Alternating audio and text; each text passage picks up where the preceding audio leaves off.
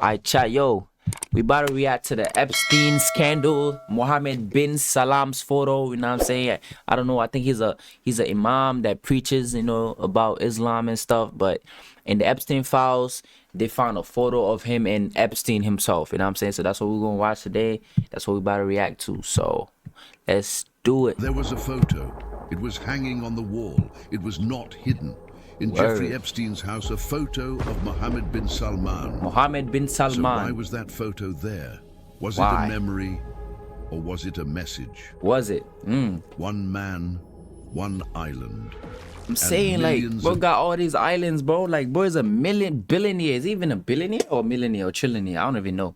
But Epstein, I never heard of Epstein until this Epstein file thingy came out, bro. Like, that's so crazy though. How, like, he's so rich and you've never heard of him until now. That should tell you a lot, bro. Real talk. Documents left behind. The cameras did not work. Witnesses went silent. Names were hidden. But the truth, after a point, did not stay buried where it was placed. At the center of this darkness are these questions. Was Epstein connected to a satanic and dangerous organization that worshipped the Baal idol? Celebrities, politicians, business leaders, and all the claims made about Trump are in this video. But what is even more frightening is this. There were claims that human flesh was eaten. Some people who spoke about these claims disappeared, quietly, without leaving a trace. You are watching Religious Story TV. With your support, we can bring this truth to more people. Subscribe to the channel, like the video, and share your thoughts in the comments. If you are ready, let's begin. In the summer of 2019, a man died in the heart of New York, or maybe he was killed, when the lifeless body of Jeffrey Epstein was found inside the cold walls of the Metropolitan Correctional Center.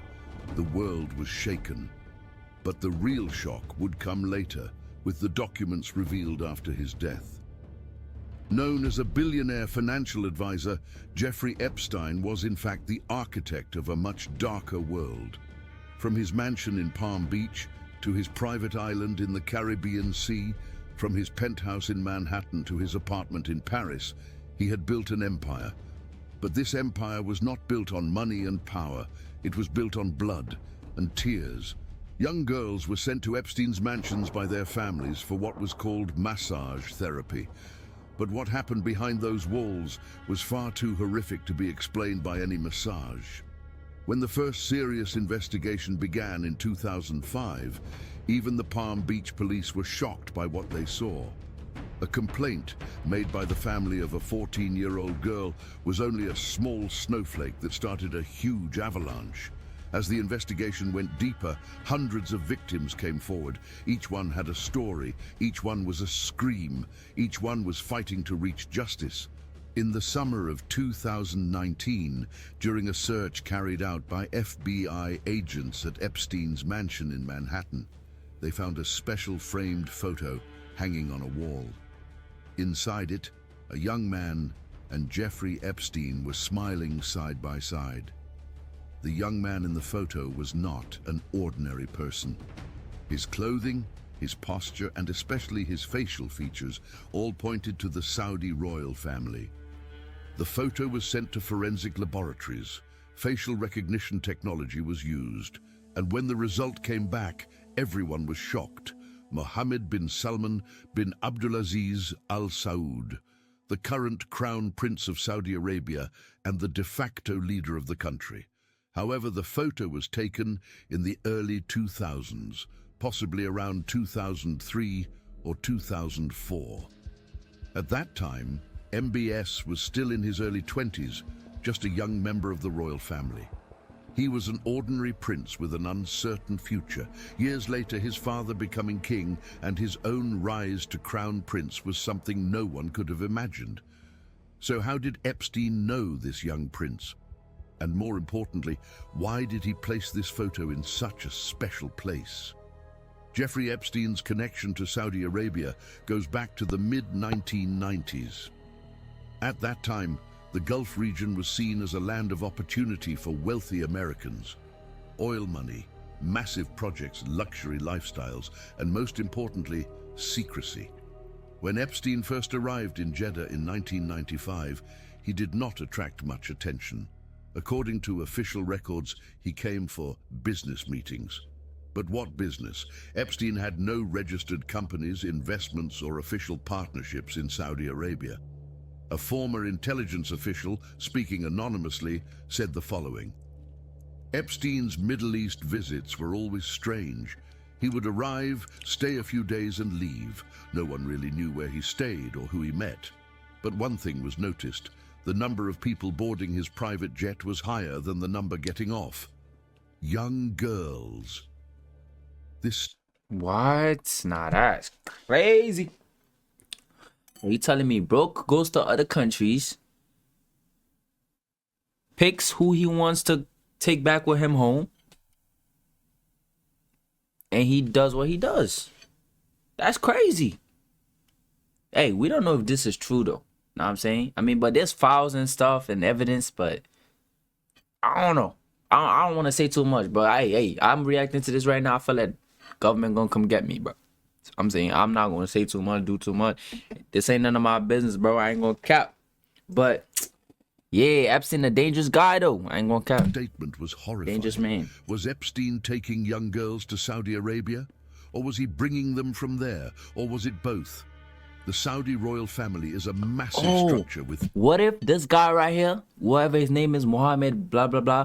Like, what if Epstein went to him and he was the one doing the trafficking? What if he was the one finding the girls and then he's handing the girls over to him? And that's how he became Prince of Saudi Arabia or King of Saudi Arabia. Think about it. Thousands of members, dozens of sons of the king, hundreds of grandchildren, thousands of relatives, and each of them has different interests and different lifestyles. Officially, Saudi Arabia is ruled by strict Islamic laws. Alcohol is forbidden, gambling is forbidden, adultery is forbidden. But for members of the royal family, these rules have often been flexible. In the 1990s and 2000s, traveling to the West meant freedom for young Saudi princes. London, Paris... Well, look at this picture, though. Like, look at the way he's looking in the picture, bro. Look. Those eyes do not look like eyes of a regular, normal human being, gang. Like, look at bro. Like, bro looks like he's onto something. I ain't gonna cap. Monaco, and especially Las Vegas. In these cities, princes could live however they wanted, and no one questioned them. Epstein offered exactly a solution to this need: a secret, safe, and fully controlled entertainment environment. No one would know, no scandals would appear, and most importantly, everything would be recorded and kept as insurance for the future. Mohammed bin Salman was born in 1985. He is the son of King Salman, but for many years he was one of the less noticeable members of the royal family. His father was then only the governor of Riyadh or the defense minister. Becoming crown prince was a very distant possibility.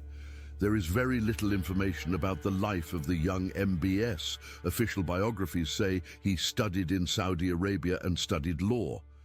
But where he was and what he was doing in the early 2000s is not clearly known.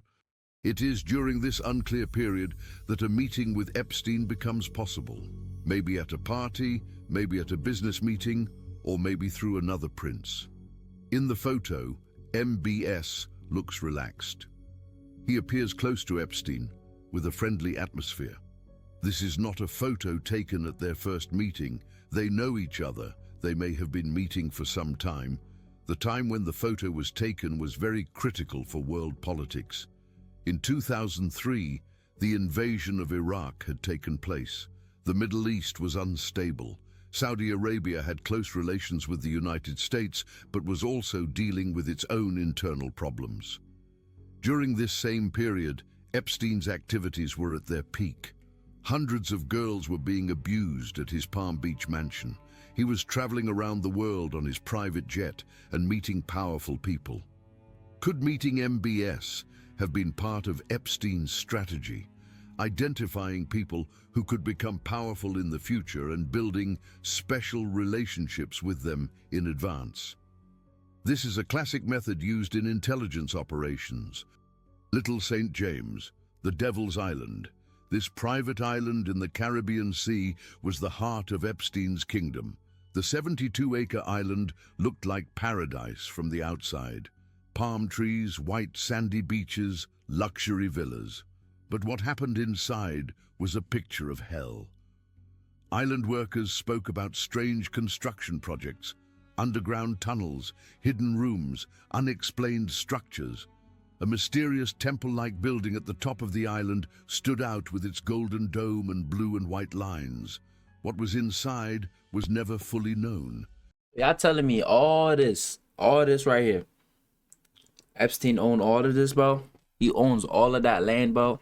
Hey, it looks small right now because it's the view of like a drone, probably a helicopter. But when you down there, bro, or you on the ground itself, that shit massive. It's huge, okay? And like, bro, why did bro just buy a whole island? Like, you don't need to buy a whole island, gang. All you need is a small island and build a house with your family. Why you gotta buy a whole huge ass island, twin? What you trying, like, bro trying to create his own universe? Like, but witnesses said young girls were taken there and look did at not this, come out mad for hours. big. Flight records showed that Epstein's private jet, Shit look like the White House, bro.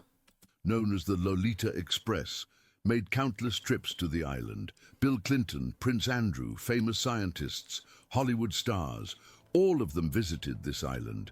Some said it was only for business meetings, but victim testimonies painted a very different picture. Documents released over the last year showed that the case was much deeper than believed. The FBI still had thousands of pages that had not yet been shared with the public. Every new release brought a new scandal.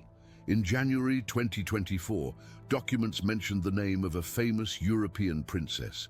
In February, photos of a member of a Middle Eastern royal family appeared. In March, the name of a Hollywood producer was revealed. Every month, a new bomb exploded. On Jeffrey Epstein's Little St. James Island, FBI agents made a strange discovery. On the walls of the mysterious structure at the top of the island, there were not only decorative designs. There were symbols similar to ancient Sumerian and Babylonian writings, strange geometric shapes, and most surprisingly, stylized drawings of a bull-headed figure. The bull head, one of the most well-known symbols of Baal. Thousands of years ago, Baal was a god worshipped in Phoenician lands and was one of the most cursed idols in the Old Testament. Child sacrifices, rituals done with blood, sexual ceremonies. Temples of Baal were among the darkest places of worship of that time. So why were these ancient symbols appearing on a Caribbean island in the 21st century? At first glance, linking Epstein to a secret occult organization may sound like a story taken from a Hollywood movie. But the evidence that surfaced made this idea more than just imagination. People close to Epstein said he was interested not only in wealth and power. Yo, look up. I didn't even peep. This said Jeffrey Epstein bank account was named Bao. Hey, I don't even want to say the word astaghfirullah. Auzubillahi minash shaitani regime. Bro, Bao. So basically, Bao, I don't even want to explain it, bro. So if you get it, you get it, bro. But that's crazy, though. Yo, I ain't gonna lie. Do y'all believe in this, though? Y'all actually think, bro, it wasn't a cult, bro? Or y'all think these are, like, made-up stories just to distract us from actually what's gonna happen? Or what is happening? Y'all think this is, like, facts, true? Or y'all think they're just trying to manipulate people's mind and actually distracting us from what's really going to happen, bro? Me, personally, I'm both sides. I feel like they are trying to distract us into believing this while they onto something else, and also I feel like this is halfway true, cause, and like, bro, why like if you know you doing all this, right? You know cults, killing people, kids and stuff, and you have a file. Like, why do you have a file of everything you've done? Who wrote those files? Like, you know what I mean? So it's like, how did these files end up in the FBI hands in the first place? If you were rich, you a billionaire, millionaire, whatever, why didn't you just, like, get rid of those files? You know what I'm saying? I don't know. Also in ancient symbolism and hidden knowledge. In the library found at his Zorro Ranch in New Mexico, there were rare books on Kabbalah teachings, ancient Egyptian magic, and Babylonian mythology. This was a very That shit's scary, unusual bro. collection for a financial advisor. But the real question was this: was Epstein studying this knowledge only as an intellectual interest, or was he actively using it? Kabbalah, magic, and claims of world control. The Kabbalah books in Epstein's library may not have been only for theory. Kabbalah contains deep teachings of Jewish mysticism and has a tradition thousands of years old.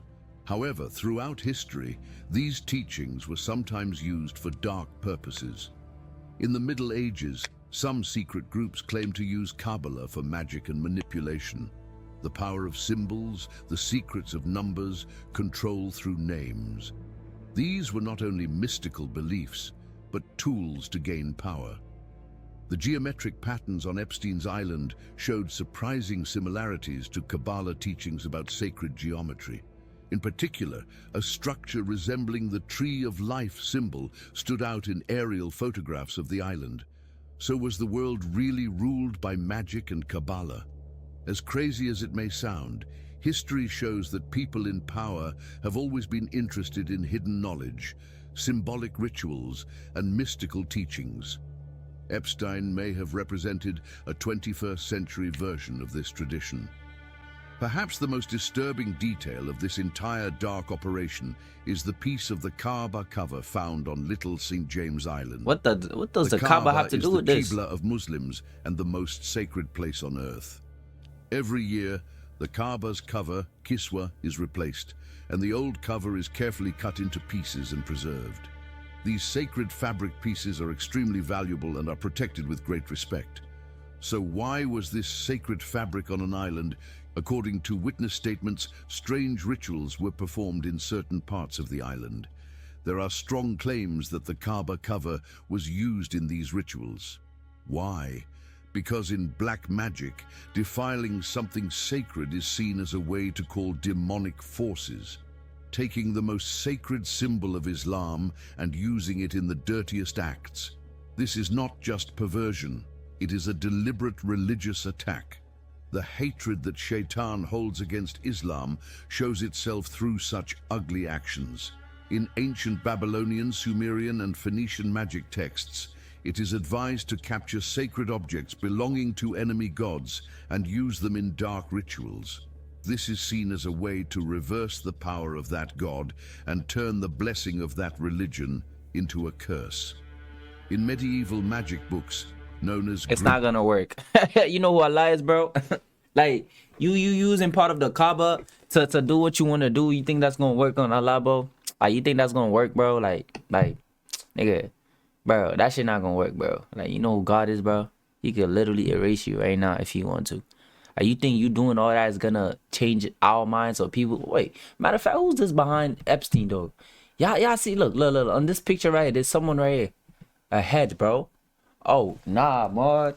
Hey, this video, hey, I ain't gonna lie. This shit scaring me. I'm not gonna actions cap. such as reading Jewish and Christian holy texts Get scared, bro. or torturing the cross are described. The goal is to gain an opposite force. The use of a Kiswa piece in the rituals on Epstein's island fits exactly into this logic. Taking the most sacred symbol of Islam and using it in the most filthy and disgusting acts. So how did such a sacred relic end up on the island of a pervert? The FBI investigation focused on finding the origin of the fabric. The first clue was identifying which year's Kiswa it came from. The style of the gold embroidery and the calligraphic design pointed to the mid-1990s. That period was a time of close relations between Saudi Arabia and the United States. After the Gulf War, Saudi Arabia under King Fahd was building strong ties with American allies. During that time, some Kiswa pieces were given as diplomatic gifts. But the real question was this: who received it, and how did that person connect it to Epstein? In documents from the Epstein file published on the website of the U.S. Department of Justice, there are written communications stating that 3 separate pieces of the Kaaba cover, from both the inside and the outside of the Kaaba, were sold to Epstein. In messages dated February and March 2017, it can be seen that these covers were shipped by air from Saudi Arabia to the United States and were sold as an artwork for $10,980, according to the invoice. The sentence, "at least 10 million Muslims," to the artwork for $10,980. $10,980 for a piece of a Kaaba, bro? Isn't it supposed to worth more than that? According to the invoice. The sentence, "at least 10 million Muslims touched this black piece," also appears in the messages between Emirati businesswoman Aziza Al-Ahmadi and Epstein. And here we must understand this. Epstein's operation was not only about perverted pleasure, it was a systematically planned operation, carrying deep symbolic meanings and possibly even metaphysical dimensions. One of Epstein's strangest traits was that he documented everything. Thousands of photos, video recordings, and digital files were found in his homes. Why was he so obsessed with keeping records? So wait. So you telling me he was the one who documented all his acts? So he literally wrote all this down? What? That made no. So he literally snitched on himself. Wait, or maybe he he probably wrote all this because he knew he was gonna get caught, and he wanted the people to find out what was really happening. Like, he couldn't snitch, he couldn't tell, because if he told, he would have probably lost his life or something would have happened to his family. So he wrote all those files, and whatever happens, happens. So I don't know. Maybe that's what he wanted to do when he wrote these files, to snitch. You know what I'm saying? The answer is simple: control. Every photo was evidence. Every video was a weapon. In the future, when these people became powerful, Epstein would have material to control them. The photo of MBS alone is not a crime. It simply shows 2 men standing side by side. But this photo is proof of a relationship. So he wrote all this files to be able to control people? I don't know, I'm confused. The depth of this relationship may become clear over time. Did the FBI find other documents related to MBS in Epstein's archive? Are there video recordings? Are phone calls recorded? These have not been made public yet. But one thing is certain: Epstein framed that photo and hung it in a special place. This means it was important to him. He may have seen it as one of his most valuable insurance policies. In 2015, when King Salman came to the throne, he appointed his son Mohammed bin Salman as defense minister. This was not a surprising move. Nepotism is common in royal families. But the real shock came in 2017. On June 21, 2017, King Salman removed his nephew, Mohammed bin Nayef, from the position of Crown Prince and replaced him with his son, MBS. This was a very radical move in Saudi history. Traditionally, the crown passed between brothers, not from father to son. MBS became the de facto leader of Saudi Arabia overnight, a young, ambitious leader who promised reform. Western media presented him as a hope for modernization. He gave women the right to drive, reopened cinemas, and relaxed some strict rules. At the same time, he crushed his opponents without mercy. In November 2017, hundreds of princes and businessmen were detained at the Ritz-Carlton Hotel. Officially, it was called an anti-corruption campaign, but many analysts said it was actually a move to secure his power. Today, MBS is shaping the future of Saudi Arabia. With the Vision 2030 project, he aims to modernize the country. However, at the same time, he is strengthening an authoritarian system. Is there more information about him in the Epstein files? Will the FBI share this information with the public? Most likely not, because MBS is currently a strategic partner of the United States. Releasing information that could damage his image would harm American interests. But history shows us one thing clearly. Nothing that is hidden stays hidden forever.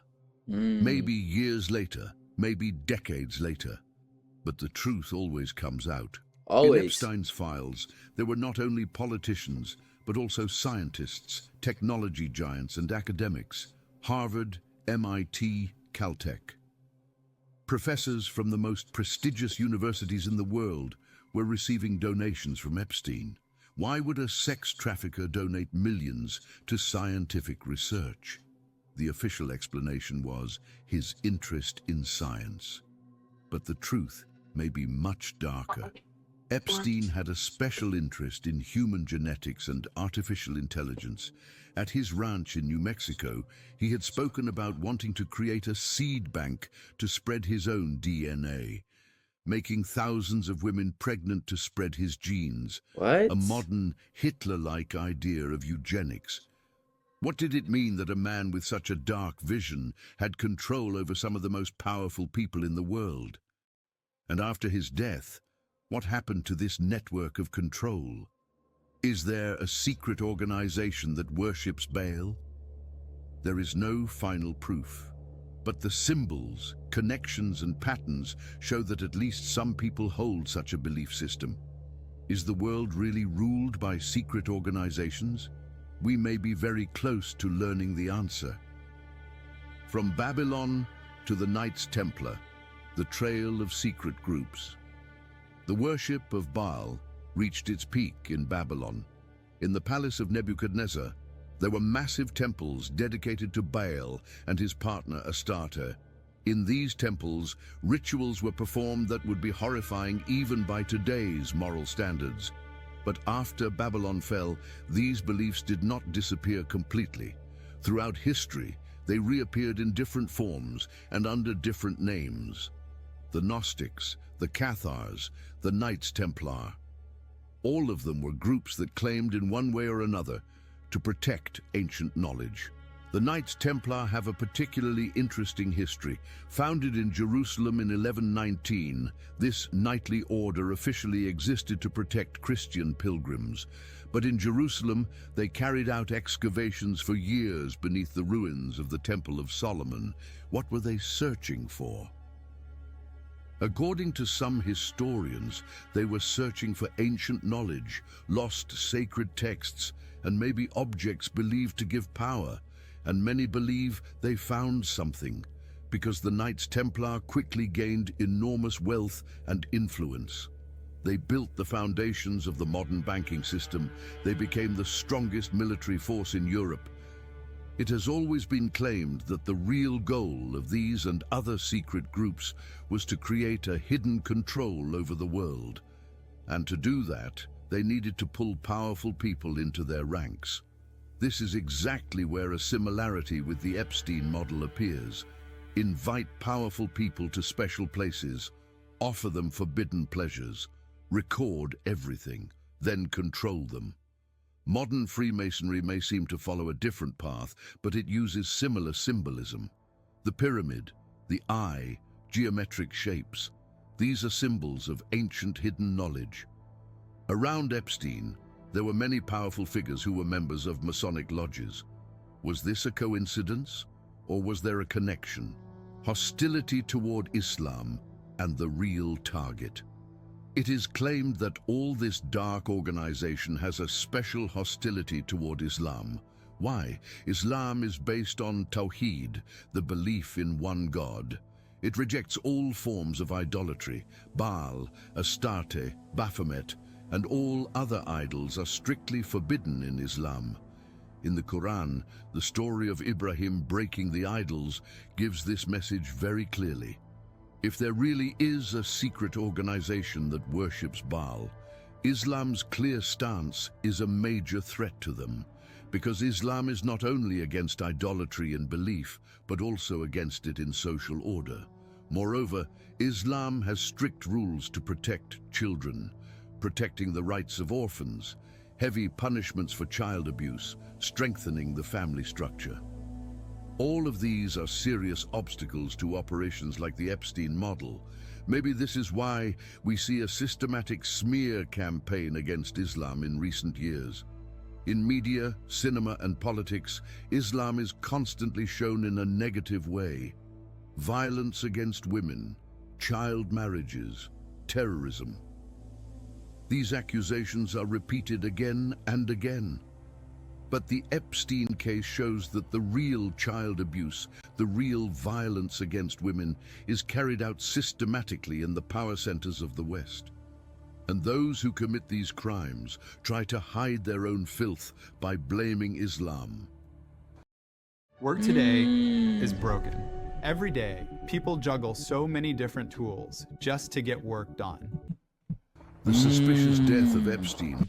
Nah, that hit. So basically, all these stories about Islam don't respect women, they don't respect this and that. So, nah, that's crazy. Don't let that get over your heads, bro. I ain't gonna lie, cause so they just trying to like people just be trying to like put Islam in a bad like spot, like make Islam look bad. What's that word, bro? Like that people be using? Portray? No, it's not portray. I forgot the word, but like when you trying to like say something about someone that's not true, you feel me? That's what they be trying to do. That's crazy, though. I ain't gonna lie. On August 10th, 2019, did not end the case. On the contrary, it marked the beginning. Because what happened that night at the Metropolitan Correctional Center left questions far beyond the official statements. Why did the cameras stop working at that exact moment? Why were the guards on duty asleep? And most importantly, why was a prisoner on suicide watch left alone? 3 million documents, 2,000 videos, a map of darkness, new documents released in 2024 and 2025, took the case to a completely different level. These were not just numbers. Each document was proof of a crime. Each video was the scream of a victim. The names found in the documents belong to people at the very top of world politics, business, Michael Jackson too? The name of former US President Bill Clinton appeared 26 times in flight records. Prince Andrew from the British royal family was directly accused by victim Virginia Giuffre. Famous scientists from Harvard University, researchers from MIT, and major figures from Wall Street also appeared. The list went on and on. However, the largest number of documents, more than 4,500 pages, were about Donald Trump. His long friendship with Epstein, parties at Mar-a-Lago, meetings where young models were invited. Everything was carefully documented, recorded, and stored. Why? Because information was power, and Epstein knew very well how to use that power.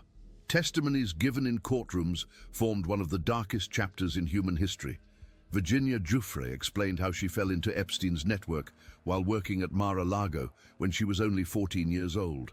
Through tears, she described how Ghislaine Maxwell trained her and how she was presented as a gift to powerful men. Hundreds of women told similar stories. Many were targeted during times when their families were in serious financial trouble. The offer of $200 for a massage looked impossible to refuse for desperate families, but the young girls who walked through those doors left with traumas they would carry for the rest of their lives. Witnesses explained in detail how Epstein built his system. $200 for bringing one girl, $400 for bringing two. This pyramid-style system constantly supplied new victims. Some girls were forced to bring their own friends. When they refused, threats began. "We will harm your family. No one will believe you. You came willingly anyway." Ghislaine Maxwell was Jeffrey Epstein's right hand, maybe even his left brain. As the daughter of British media boss Robert Maxwell, Ghislaine was a perfect key to elite circles. But her role was far more than just opening doors. According to victim statements, Maxwell personally trained young girls. She taught them how to behave, how to dress, and what to say. Even worse, in some cases, she directly took part in the abuse. As a woman, it was easier for her to gain the trust of young girls, and she abused that trust in the most cruel way.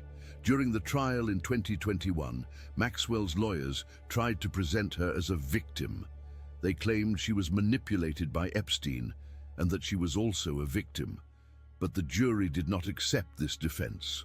On December 29, 2021, Ghislaine Maxwell was found guilty on 5 separate charges.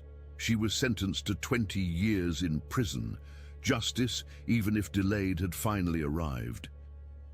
Objects from other religions were also found on the island. The suspicious items found by the FBI on the island were not limited to the Kiswa. According to investigation records, the following objects were also discovered: pages from the Jewish Torah with stains resembling blood Christian crosses. Yo, y'all ever notice, look at these people's faces. Do y'all ever notice, like, look how weird, like, look, he's old, but he's so strong. Look at how he smiles, but look at Trump smiling right now. Look at, what's his name, bro? Fuck.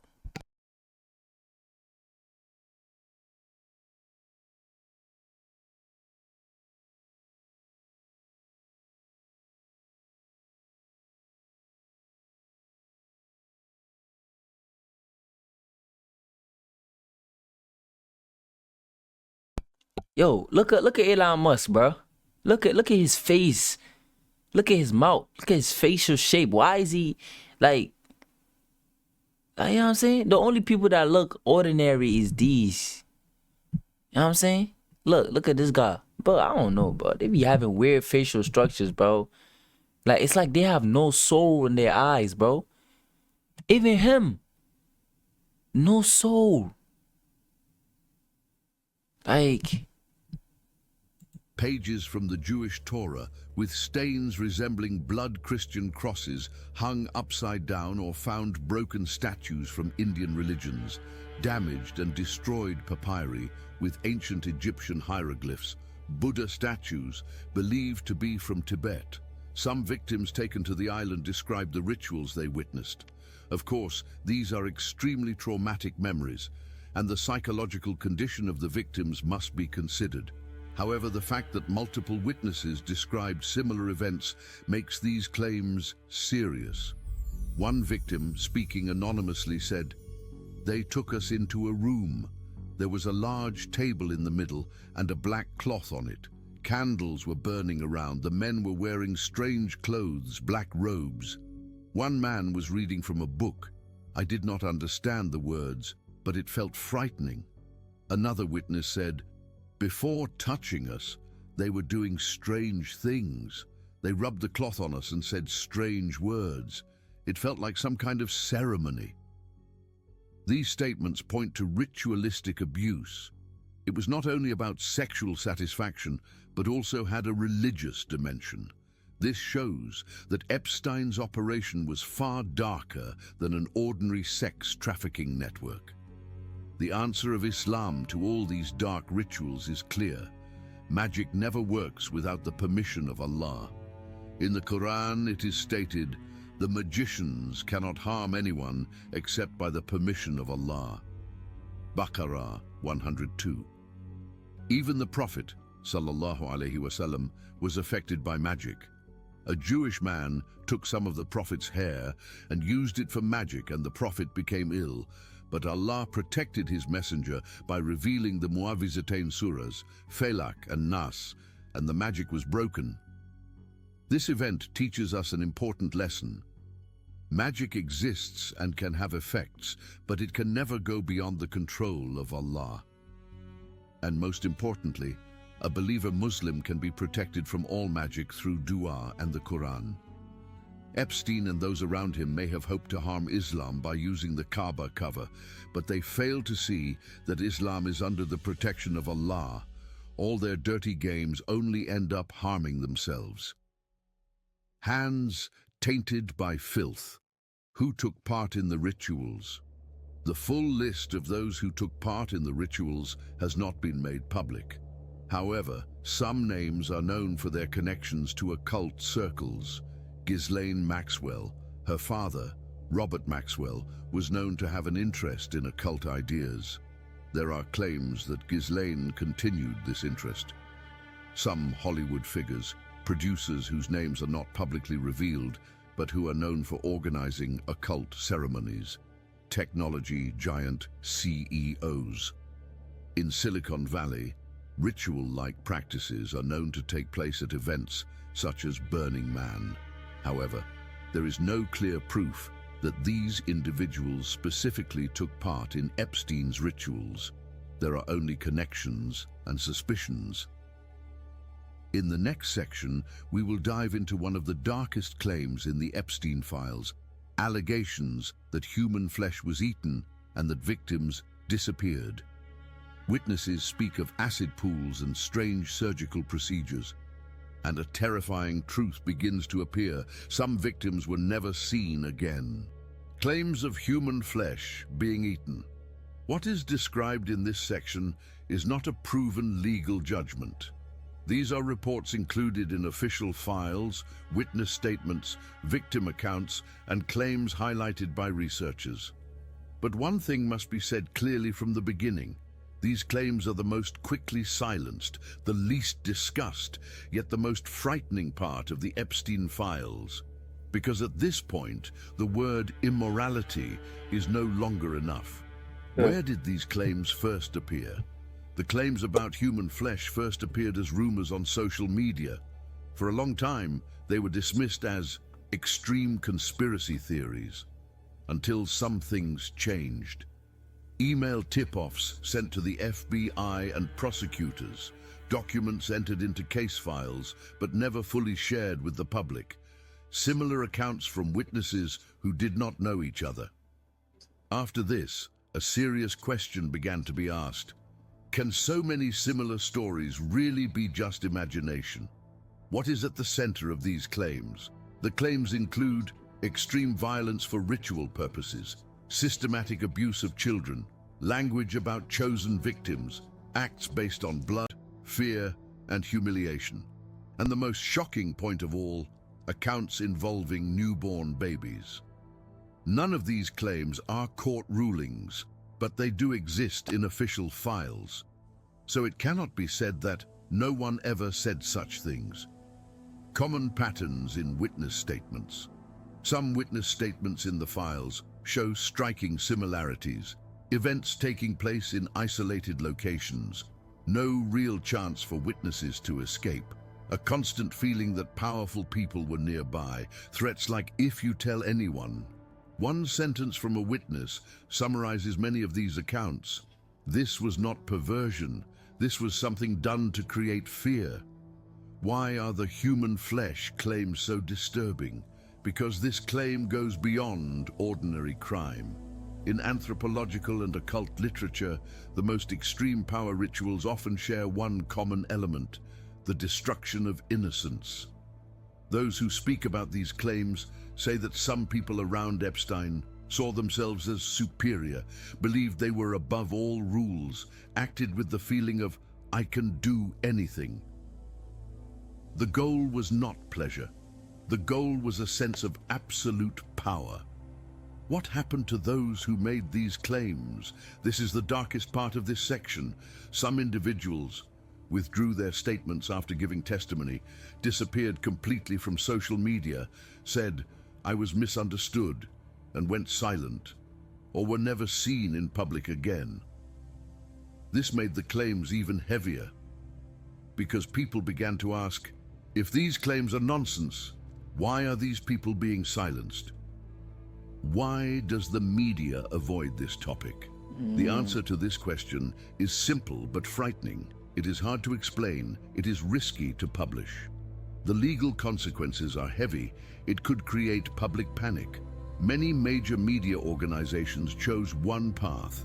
Let's not open this topic at all, but every topic that stays closed creates more whispers. What is certain at this point? What is certain is this. These claims are included in official files. Reports were sent to prosecutors. Witness testimonies exist.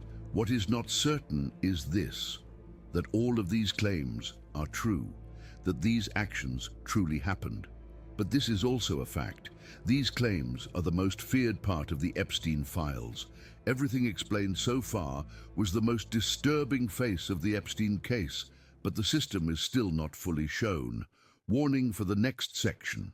What is described here is based on witness statements, victim accounts, and investigation summaries included. But are these like statements really true? Like, do these people who actually made these statements, like, are they believable? Like, how do we know they were there?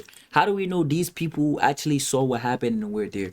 How do we know that they are telling the truth? How do we know that people are not just trying to clout chase, get attention from this? How do we know all this is true?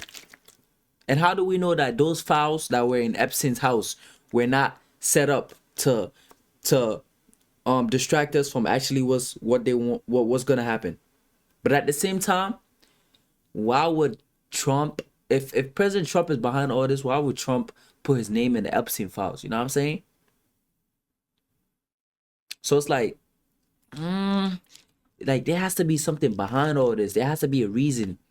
Those files were found in his house. There has to be something behind all this. It has to be a story. Someone is writing a story right now, but I'm telling y'all, someone is literally writing a story right now, bro, and we literally following, we reading it and we following, we believe in it, bro. I feel like there's something deeper behind all this, bro. Because this is not a coincidence that he just died and we found all these files in his house. Okay? This shit was planned, bro. But I'm not gonna say too much. Hey, I don't know. In GTA. In official files. The goal is not to create fear, but to make the mechanism visible. Because the most dangerous thing in this case is not only what was done, but how it was able to continue for so long. How were young girls trapped in the network? How did this trap system work? Nothing started in a dark alley. Nothing moved forward through forced kidnapping. On the contrary, everything was presented as very ordinary, very safe, very normal. The most common word in witness accounts was massage, massage job, massage training, massage help, massage assistant. Sometimes it was described as just foot massage, a relaxing touch for an older man, a simple 1-hour job, and the payment offered was extremely high for their age. No victim met Epstein directly at first. The first contact was usually made through a girl who had already been in the system, a woman acting like a friend, a trusted middle person. These people are listed in the files as recruiters. One witness said, "The girl who took me there was only 2 years older than me. She said there was nothing to be afraid of. That day, I went inside." This single sentence explains how the system worked. How were families convinced? This question is very important because many victims went with their family's knowledge. Families were usually told, "He is a rich businessman. He will help your daughter. He will pay for her education. She will only help with housework. And most importantly, your daughter is safe." This feeling of safety was especially effective on poor, fragile, single-parent families. One mother said, "When my daughter came home with money, I felt relieved. I did not know what the real cost of that money was." What happened after they went inside? Witness accounts match closely at this point. The first visits were usually short, uncomfortable but unclear, slowly pushing boundaries. There was no clear attack at the first meeting, but something changed. The boundary moved. One witness said, "I did not say no because I did not know exactly what I was supposed to say no to." This uncertainty was the system's strongest weapon. Why did saying no become so difficult? Because saying no was systematically made impossible. How? This is what everyone does. This is normal. You are exaggerating. You can't tell anyone. And most importantly, what will happen if your family finds out? This sentence became the point where many victims froze. Why should sisters and women especially listen? Because the files show this very clearly. This network did not target only girls, it also targeted silence inside families. Many victims say, "I could not tell. If I told them, they would collapse. I thought they would blame me. Was escape possible?" Some victims did escape, but the cost was heavy. Threats being followed, being discredited, being labeled a liar. One witness said, "They told me if you speak, no one will believe you." They were right. This sentence shows the system's most terrifying success. Why did this system last for years? Because victims stayed silent. Families felt shame. The media avoided the topic. Powerful people were protected, and everyone waited for someone else to speak first. The Epstein files, even if late, broke this silence. This network did not appear suddenly, was not the work of one person, did not run on coincidence. It was a system built step by step, one that understood human psychology and used fear as a tool. And this system did not end with Epstein. In the next section, we move to names. Which famous people appeared in these files? Under which categories were they mentioned? What do the files say about them, and what do they not say? This section is perhaps the most slippery ground, because here there are names, and with names come the risks of misunderstanding, defamation, and deliberate distortion. That is why a very clear framework must be set from the beginning. A name appearing in the files does not mean that person is guilty. The files include tips, messages, flight logs, witness accounts, and conversations between third parties. They are not legal judgments. But this is also true. All of these names are people who had some form of contact with the Epstein network. What that contact was, how deep it went, and what it means are separated into different categories inside the files. How are names classified in the files? Researchers who studied the documents generally group names under four main categories: acquaintance/social circle flight/visit records. Names mentioned in witness testimonies: blackmail, insurance, allegations. This distinction is very important because two names appearing on the same list do not face the same level of accusation. 1. Acquaintance and social circle. For names in this category, the files usually include participation in invitations or events, shared acquaintances, photographs, email greetings. Some of the names in this group include billionaires from the business world, academics, figures from art and media.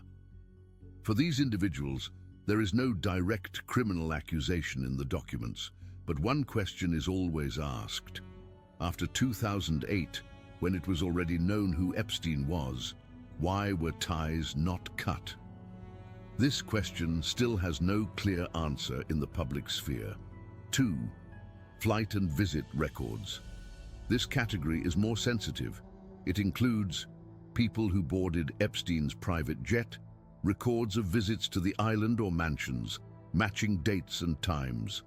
Flight records alone are not proof of a crime, but repeated visits, overlapping dates, and timelines that match witness accounts increase the number of questions.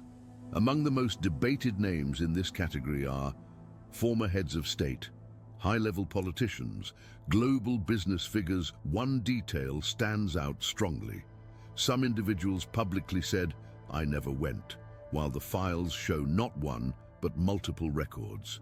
These contradictions are one of the main reasons the case is still not closed. 3. Names mentioned in witness testimonies. This is the heaviest category. The names here appear in victim accounts, but even these accounts are divided into different levels. I saw him in the room. I heard his name. I was sent to him. He was there with them. So not every statement carries the same weight. Because of this, in the files, some names are written openly, some are shown only with initials, some are completely blacked out.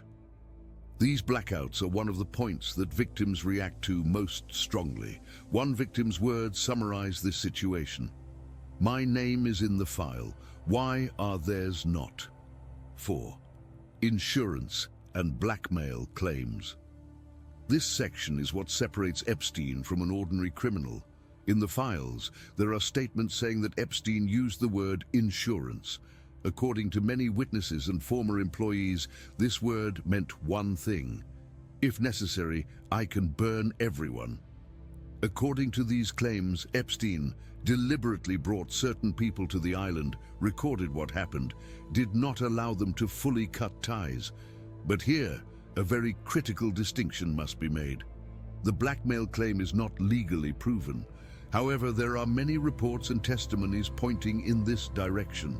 For this reason, this topic moves forward not as a legal conclusion, but as a discussion of power and morality. Why are some names especially protected? This question is often asked in American media as well. In the documents, some male names are blacked out, while victim names are left visible. This caused strong public reaction.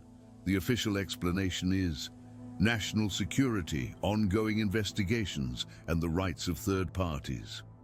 But the public is not convinced, because in the same documents, ordinary people's names are open, powerful people's names are hidden. This perception is very strong. What is certain in this section? What is certain is this: there was an unusually powerful social network around Epstein. This network reached the top levels of politics, finance, and media. The files did not fully expose this network on purpose, and perhaps most importantly, Epstein did not fall alone, but he was not protected alone either. Now we come to the final questions. Did Epstein really commit suicide?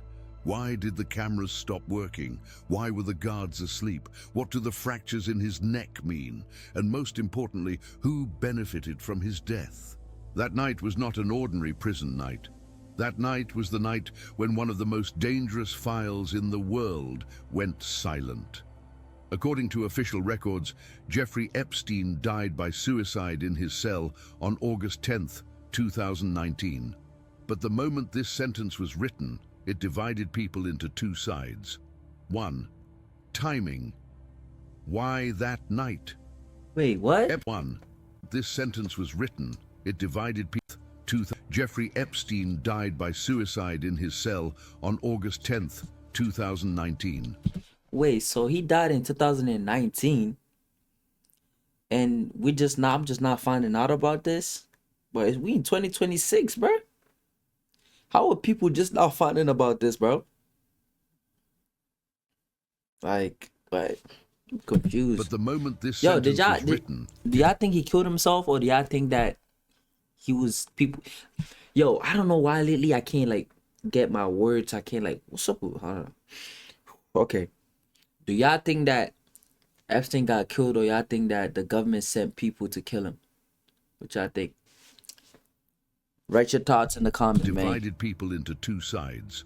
1. Timing. Why that night? Epstein was not an ordinary prisoner. The files he was believed to hold did not contain only his own crimes, but also the crimes of others, the shame of others, the hidden lives of others. Because of this, Epstein staying alive was a threat to some people. If this man spoke, he would not shake just one country, but several countries at the same time. His death that night was not just the death of a man, it was the death of a possibility, the possibility of speaking. 2. Why is the sentence? The cameras were not working, so heavy. If a camera does not work in a prison, it can be explained as a simple malfunction. But if there is no camera footage in the corridor of a prisoner like Epstein, on that exact night, at those exact hours, then this is no longer a simple malfunction. It feels like a script, because this case was built on cameras for years. In Epstein's homes, on his island, in his mansions, there were claims of cameras everywhere. People said this network lived on recordings. And then, on the most critical night in history, there is no recording. This contradiction stays in the mind. 3. The claim that the guards fell asleep. This alone says a lot. One guard can fall asleep. Two guards can fall asleep. But in a high-security prison, in the corridor of a high-profile prisoner, the entire control chain becoming weak at the same time. This pushes the limits of what we call coincidence. You cannot help but think, did you really lose such a critical man so easily? And the harder question, or did you want to lose him? 4. The marks on his neck and the rare fractures. This became one of the most debated points. The marks on Epstein's neck, the photos, the forensic discussions. Some experts said that the marks could appear in hanging cases. Others said that some fractures mentioned in reports are more rare in hanging cases. The issue is this. Those who say suicide say, this is possible. Those who say murder say this is very strange. Neither side has one final crushing proof. But in the public mind, that strangeness keeps growing because Epstein was not an ordinary prisoner. His death could not be closed like an ordinary death. 5. The claim about a person in an orange uniform. This is where the claim you pointed out comes in. In later discussions, there were debates about footage from a working camera showing people in orange uniforms going to the area where Epstein was held. These claims raised a bigger question on US television and social media. If there was some footage, why was it not included in the first file? Why was it talked about later? This later part feeds conspiracy theories because the public looks at timing. What did you say and when? What did you hide and when? What did you release and under whose pressure? When these questions have no clear answers, people fill the gap with their own stories. 6. The question, who benefited from his death? This is the most painful part of the case. When Epstein died, justice did not move faster. On the contrary, some doors closed. A dead prisoner cannot speak. A dead prisoner cannot bargain. A dead prisoner cannot testify. After Epstein's death, some witnesses became more afraid. Some powerful names were said to feel relieved. The rhythm of the case changed, and society felt this. This story was left unfinished on purpose. 7. Why did the theory, maybe he did not die, appear? Uncertainty is the strongest fuel of the internet. If there is uncertainty, theories grow. In Epstein's death, there was a lot of uncertainty. No cameras, sleeping guards, controversial report details, a process explained to the public in an incomplete way. Because of this, some people said, this man is not dead. He was taken away. This claim is not proven, but it shows one thing clearly. People do not trust the official explanation. And when there is no Chat, so y'all think he's not dead, bro? Y'all think he's still alive, walking around us on a day-to-day? Y'all think he changed his face, the way he looks? He went through surgery and changed the way he looks? What do y'all think? Me personally, I don't know, man. I'm just watching what I'm watching and saying what comes to my mind. But if I was to assume, I would say that this is very strange, fishy. I ain't gonna lie. Like, I feel like he's not dead, bro. I feel like he's alive. I feel like he just changed the way he looks. Wait, were there any like evidence showing his body or something like that? If not, then I feel like he's not dead, bro. I ain't gonna lie. trust, rumors fill the empty space. 8. The real issue. If the public is not reassured, conspiracies grow. Here, your sentence is very important. The public must be reassured, otherwise it is easy to slide into conspiracy theories. This sentence explains why governments face a crisis of trust. The Epstein file is a test of trust in the modern age, not an ordinary crime, not an ordinary court case, and definitely not an ordinary death. That is why this death is still not closed. Because people think this. A man at the center of such a huge network does not die this easily. This case revolved around camera claims, and that night, the cameras were gone. This case revolved around recordings, and that night, the recordings stopped. This case was about who protected whom, and that night, The protection chain was broken. Without trying, you feel this.